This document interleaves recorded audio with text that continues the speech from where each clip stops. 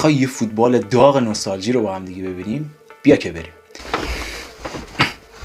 بازی که امروز می‌خوایم با هم دیگه بررسی بکنیم از بازی‌های یورو 2000. آره می‌خوایم برگردیم به 25 سال پیش، جایی که یورو 2000 داشت برای اولین بار توی دو کشور به صورت مشترک برگزار شد. توی گروه A آلمانی که دوره قبل سال 96 قهرمان شده بود سرگروه بود و انگلیس و پرتغال و در کنار اونها رومانی تونستن گروه مرگ رو با هم دیگه تشکیل بدن. بازی که می‌خوایم بررسی کنیم انگلیس و پرتغال هست. همون دقیقه سوم کام از اون سانترای فوق‌العاده‌شو می‌کنه و کی ضربه سر رو میزنه. پول اسکولزی که با قد کوتاه خودش آخرین گزینه‌ای باید باشه که سر میزنه، ولی کلا اسکولز این سرا رو خیلی خوب میزد، یعنی خیلی خوب اضافه میشد، همیشه کسی نبود کنارش که رو سرش سر بزنه، همیشه خالی بود و سر میزد. من یه گل اینجوری رو یادم میاد که به سیتی هم زده بود با لباس منچستر و کی توی دروازه است، ویتور بایایی که الان مدیر عامل پورتو هستش.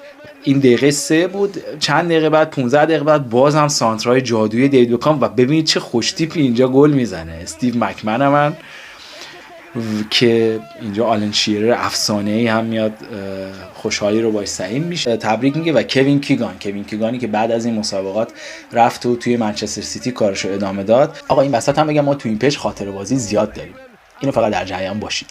شما فقط سانت رو ببینید دیوید بکام چی میفرستاد دقیق. اینجا اسکولز باز دوباره میتونست توپو بزنه، یعنی اومد ولی خب نزد و خالی شد. و ببینید کی اونجاست، دفاع آبل جاویر، اگه یادتون بیاد یک موهای تقریبا سفید، ریشه‌های سفید داشت. 2-0 شده بود بازی که اینجا فیگو میاد و چه شوتی میکنه این فیگو و سیمن از این گلا کم نخورد. اگه یادتون بیاد فیگو اون موقع تو اون سال بهترین بازیکن سال دنیا شده بود. اینم کوئلهو که حالا بعد از پرتغال رفت مراکش و کره و اینا مربیگری کرد و دیگه هم کم کم محو شد، ولی واقعا چه شوتی کرد اونجا. بازی 2-1 شد.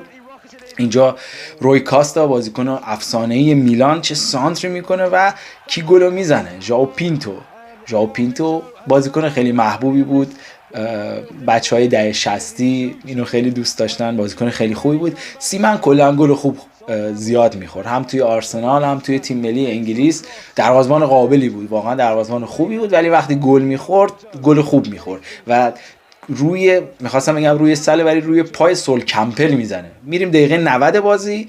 اینجا نونو گومش دیگه تیر خلاص رو میزنه. اون سال نونو گومش خیلی عالی بازی کرد، بازیکن خیلی دوست داشتنی هم بود. کامبک رو اینجا کامل کرد. پرتغال تونست بازی 2-0 عقب افتاده رو 3-2 ببره. بعد از این بازی هم دو تا بازی دیگه، یعنی هم آلمان هم رومانی رو برد و با 9 امتیاز مقتدرانه صعود کرد. خب اینم یه بازی خیلی باحال بود، خیلی داغ بود، در زمان خودش واقعا همه منتظر این بازی بودن و خیلی هم دراماتیک تموم شد.